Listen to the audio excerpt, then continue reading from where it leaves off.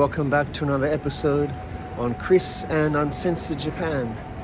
Today I'm in front of Honnoji Temple in Kyoto. Stay tuned as I look at one of the most momentous events in Japanese history, the assassination of Oda Nobunaga. Nobunaga was one of the three great unifiers of Japan. By 1582, he had managed to unify most of central Japan, and prior to completing the rest of his goal of reunifying Japan, he decided to take a rest in Kyoto at Honnoji Temple.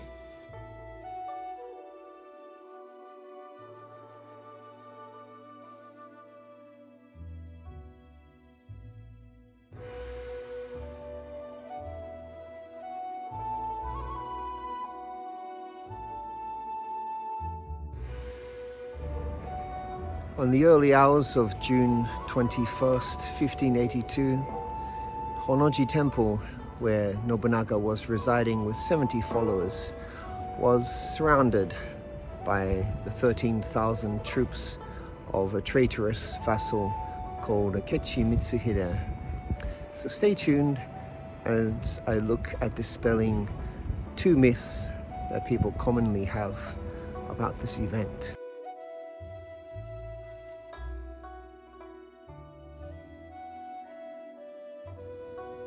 Akechi Mitsuhide came to the attention of Oda Nobunaga while he was in the service of Ashikaga Yoshiaki, the last of the Ashikaga shoguns. Yoshiaki would be Nobunaga's key to the door of Kyoto, but after Yoshiaki rebelled against Nobunaga, Akechi Mitsuhide would become one of his most trusted generals. And over succeeding years, he, along with Hideyoshi and Shibata Katsue, would be among those Nobunaga trusted the most. I'd like to check out this swords display, but unfortunately, the premises has started their New Year holiday a little bit early. What a shame. One, this is not the original Honnoji Temple. The place you see behind me was rebuilt in 1587, and Akechi Mitsuhide himself was not actually present at the incident. So stay tuned as I go to the place of the original Honnoji Temple where the incident happened. The modern day version is basically identical to the original, with the outer railings and so on. And you compare it to the woodblock prints of the time, pretty well matches up. After much asking around, I'm at basically the original location of Honnoji Temple.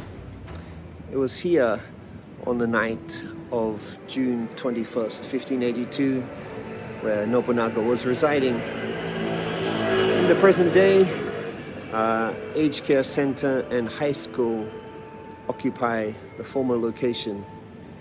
But as so frequently happens in Japanese history, when a building is destroyed and rebuilt, it's usually some distance from the original location.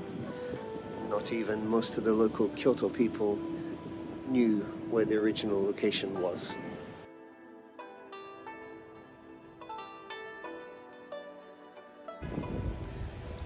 Nobunaga wasn't alone on that night. He had his loyal page, Ranmaru, and his Mozambican bodyguard, Yasuke. Let's take a little look at him.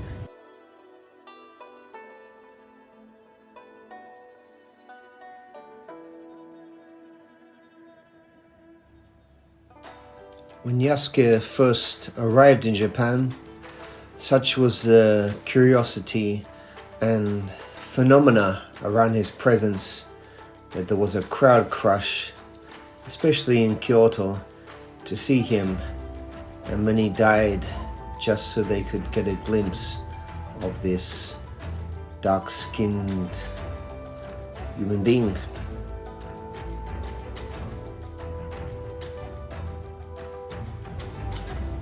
Yasuke arrived in Japan with the Jesuit mission in 1579. He was their bodyguard. At 188 centimeters in height, he of course dwarfed pretty much everyone in Japan.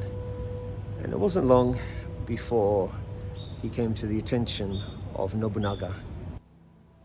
When Yasuke was finally brought before Nobunaga, the latter was very inquisitive, and in the beginning he insisted that Yasuke be scrubbed to try to disprove his natural skin pigmentation. However, when this test didn't work, Nobunaga started taking a serious interest in Yasuke. And from that point, especially after Yasuke started learning Japanese, things started to take off for the new Mozambican samurai in Japan. Yasuke began to learn Japanese, and Nobunaga granted him samurai status, essentially 2 swords and all the other trimmings that came with the status.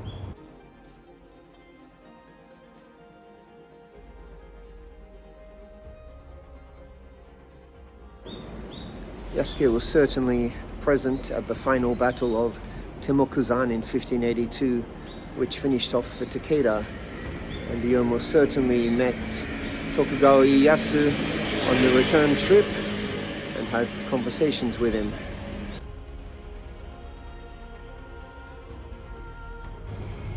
As for Akechi Mitsuhide, why did he turn?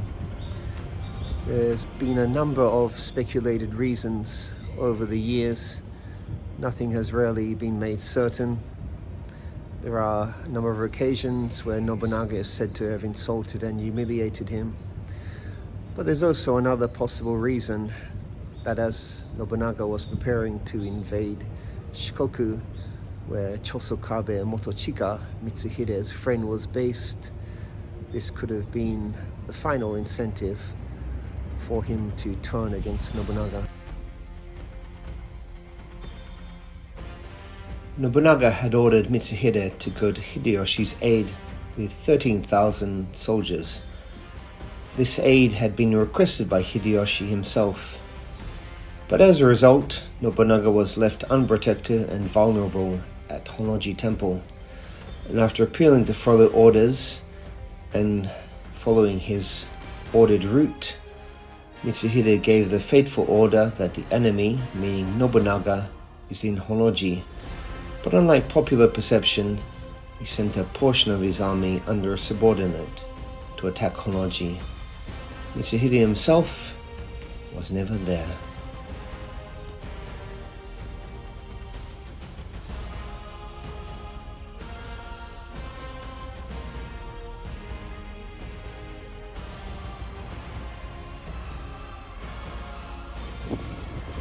Mitsuhide troops arrived here in the early hours of the morning.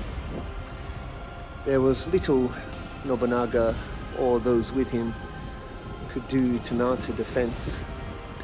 Nobunaga fired the temple complex, and within the flames he committed seppuku with his loyal squire Ranmaru assisting him in this duty.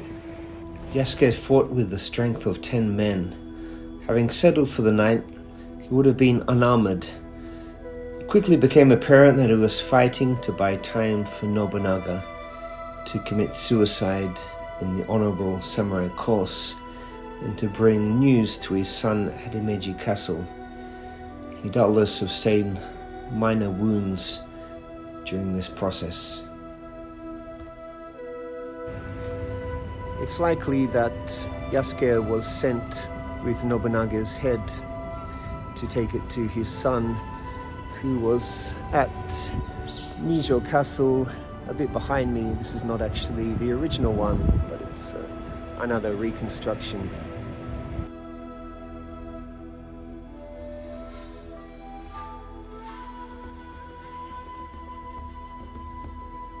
With his late master, Oda Nobunaga, dead, Yasuke headed for Nijo Castle with Nobunaga's head in his possession.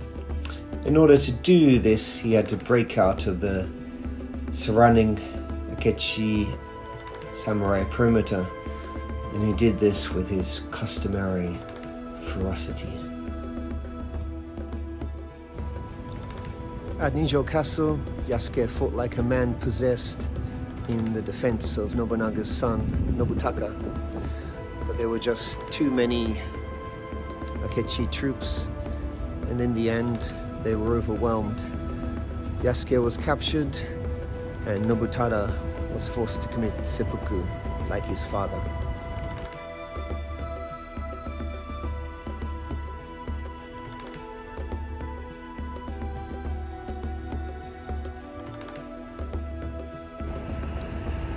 Thanks to Mitsuhide's daughter, Hosokawa Gracia, a Catholic, Yasuke was given back to the missionaries.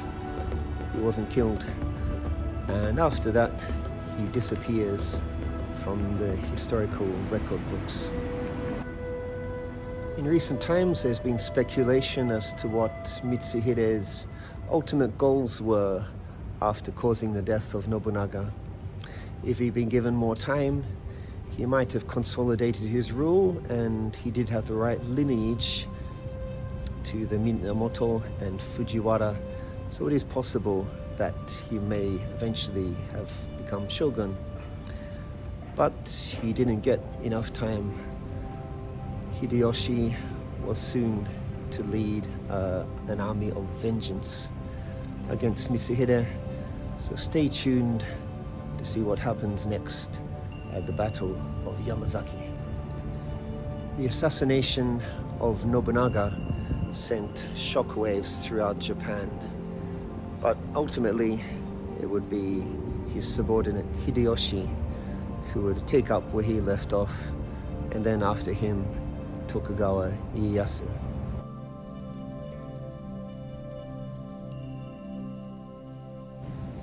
Thank you for watching today's video. Don't forget to like, subscribe, and check out my Amazon page through the link in the description. My name is Christopher Glenn, and you've been watching Chris and Uncensored Japan. See you on the next video for the Battle of Yamazaki.